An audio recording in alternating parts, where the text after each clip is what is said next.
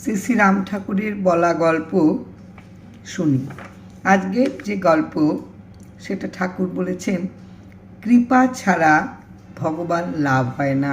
মাধব মজুমদারকে এই গল্পটা ঠাকুর বলেছিলেন।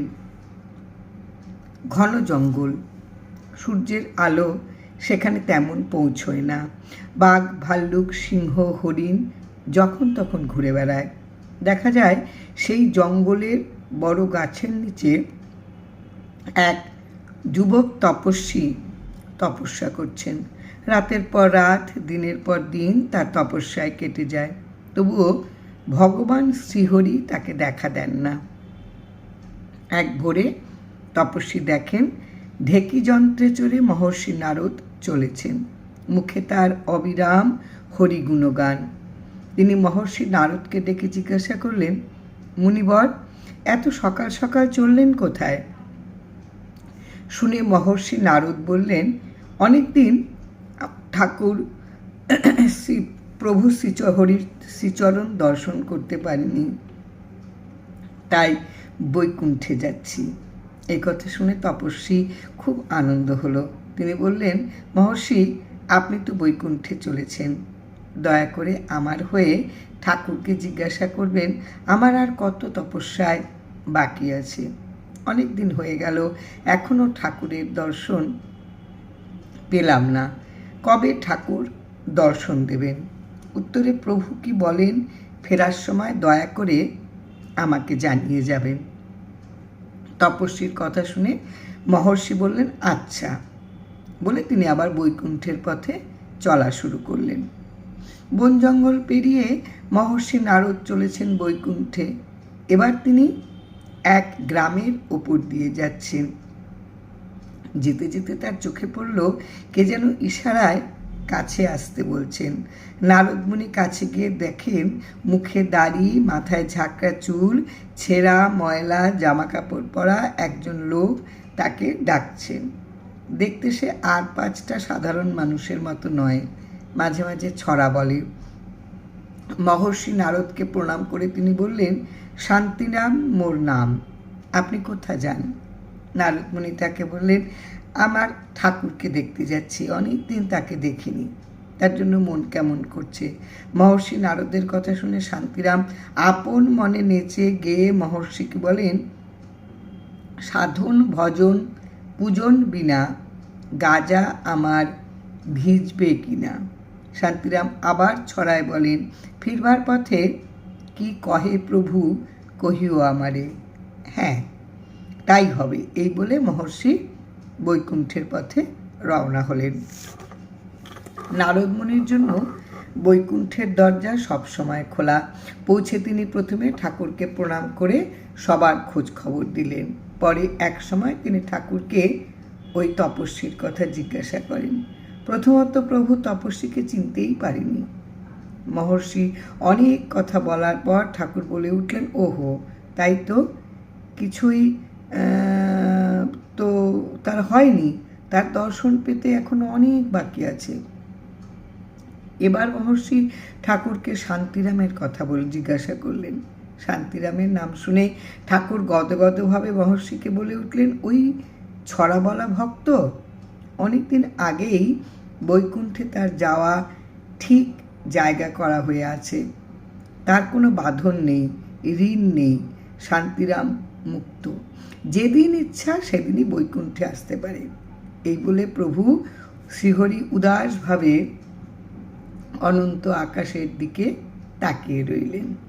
এবার মহর্ষির ফেরার পালা। মহর্ষি নারদ প্রথমে এলেন তপস্বীর কাছে। ঠাকুর তার সম্বন্ধে যা বলেছেন সবই বললেন। নারদ মুনির মুখে ঠাকুরের কথা শুনে তপস্বী তো অবাক। রেগে গিয়ে বললেন, হতেই পারে না, আমি দিনের পর দিন, রাতের পর রাত কত কঠিন তপস্যা করলাম, কত মন্ত্র উচ্চারণ করলাম, আর তিনি বলেন কিনা আমার কিছুই হয়নি। ঠাকুরের দর্শন পেতে নাকি এখনো বহুকাল বাকি আছে, এটা হতেই পারে না, আসলে আপনি বৈকুণ্ঠে যাননি।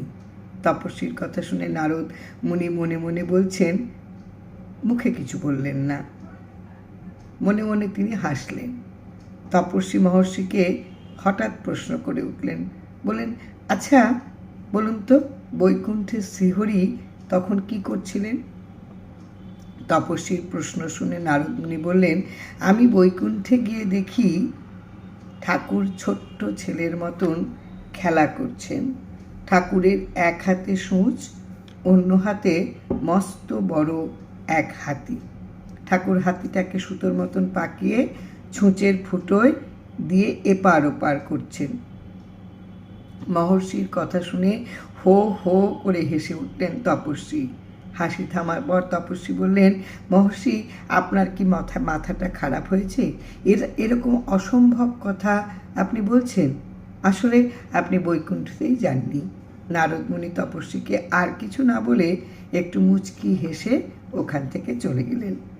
মহর্ষি এবার এলেন শান্তিরামের কাছে। শান্তিরাম তখন আপন মনে মনে গেয়ে নেচে চলেছেন। ভারী সুন্দর তার গানের গলা। মহর্ষি নারদ নিজেও ভালো গাইতে পারেন। শান্তিরামের গান শুনে নারদ মুনির দু চোখ দিয়ে জলে ভরে উঠল একদম। এক সময় গান শেষ হলো। মহর্ষি চোখ বুজে শান্তিরামকে বললেন শান্তিরাম ঠাকুরের সমস্ত কথা। তাকে ঠাকুর বলেছে, সে আমার প্রিয় ভক্ত, যেদিন ইচ্ছা সেদিনই বৈকুণ্ঠে আসতে পারে। এই কথা শুনে শান্তিরাম নাচতে গাইতে শুরু করলেন। তিনি গেয়ে উঠে বললেন, শান্তিরাম, তুই বগল বাজা, গোলকে তোর ভিজেছে গাজা। নারদ মুনি শান্তিরামের নাচ গান থামিয়ে বললেন, ভাই শান্তিরাম, বৈকুণ্ঠে এবার এক তাজ্জব ব্যাপার দেখলাম ঠাকুরের এক হাতে একটা সূঁচ আর অন্য হাতে একটা মস্ত বড় হাতি নিয়ে খেলা করছেন। হাতিটাকে সুতোর মতন পাকিয়ে সূচের ফুটোয় দিয়ে এপার ওপার করছেন। মহর্ষির মুখে এই কথা শুনে ঠাকুরের প্রিয় ভক্ত শান্তিরাম রেগে গিয়ে বলে উঠলেন, মহর্ষি, এই আপনার জ্ঞান, এই আপনার বুদ্ধি, এতে আশ্চর্য হওয়ার কি আছে? ঠাকুর শ্রীহরি বিশ্ব ব্রহ্মাণ্ডের সৃষ্টিকর্তা। তার ইচ্ছেতে রোজ সময় সূর্য ওঠে, রোজ সময় মতন সূর্য অস্ত যায়, রাতের আকাশে ফুলের মতন তারা ফোটে, পূর্ণিমার চাঁদ অমাবস্যার রাতে হারিয়ে যায়। তার কাছে হাতি নিয়ে খেলা মোটেও কঠিন কাজ নয়। হাতিকে সুতোর মতন পাকিয়ে সূচের ফুটো দিয়ে এপার ওপার করানো তার কাছে আশ্চর্যের কোনো ব্যাপারই না। আপনি কি ভুলে গেছেন? আমার প্রভু ইচ্ছায় এক মুহূর্তে বিশ্ব ব্রহ্মাণ্ড ওলটপালট করে দিতে পারে। নতুন ব্রহ্মাণ্ডের সৃষ্টি হতে পারে। তার কাছে আশ্চর্য হওয়ার মতন কিছুই নেই। শান্তিরামের মুখে এই কথা শুনে মুগ্ধ হয়ে মহর্ষি নারদ নিজের কাজে চলে গেলেন। তো এইখানেই ঠাকুর বলেছেন উপদেশ হিসাবে, যাগ যোগ তপস্যায় ভগবান পাওয়া যায় না, কৃপা দ্বারা এবং ধৈর্যের সহিত, সহিষ্ণুতার সহিত, সম্পূর্ণ নির্ভরতার দ্বারা ঠাকুরকে পাওয়া যায়। আশা করি গল্পটা প্রত্যেকের ভালো লাগলো এবং আমরা নিজেদেরকে কিন্তু বেশ খানিকটা তৈরি করার চেষ্টা করতে পারি, যে ওই দেখনদারি না করে মন থেকে ঠাকুরকে যেন ভালোবাসতে পারি। জয় রাম, জয় রাম।